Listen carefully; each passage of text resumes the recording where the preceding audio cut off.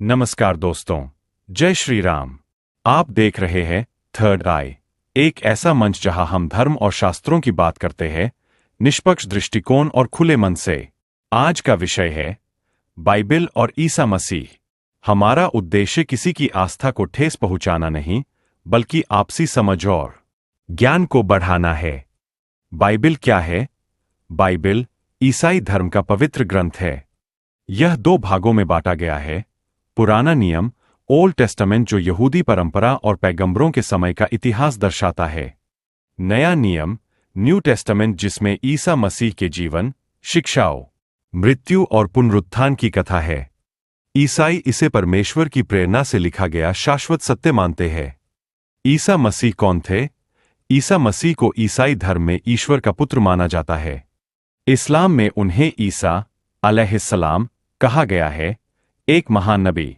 उनका जन्म चमत्कारी रूप से मारियाम से हुआ, जो एक कुंवारी थीं।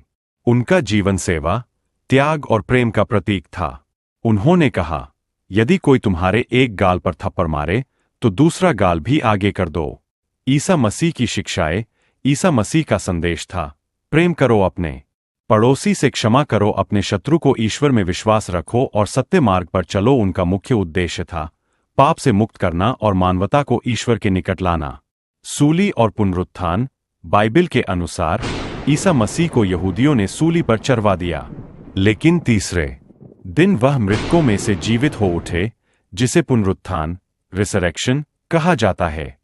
यह घटना ईसाई धर्म की नींव मानी जाती है।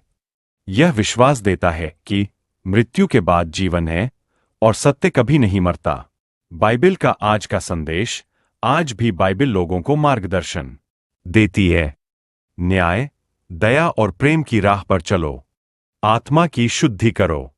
विश्वास, सेवा और क्षमा को अपनाओ।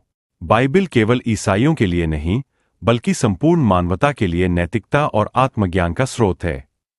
निष्कर्ष, ईसा मसीह की जीवनगाथा हमें बताती है कि सच्चा मार्ग हमेशा प्रेम, सेवा और बलिदान का होता है।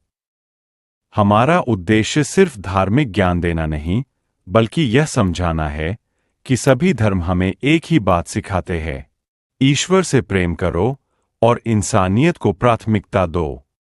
अगर आपको यह वीडियो पसंद आया हो तो कृपया लाइक करें, शेयर करें और थर्ड आई चैनल को सब्सक्राइब करना न भूलें। फिर मिलेंगे एक और धार्मिक और ज्ञानवर्धक विषय के साथ।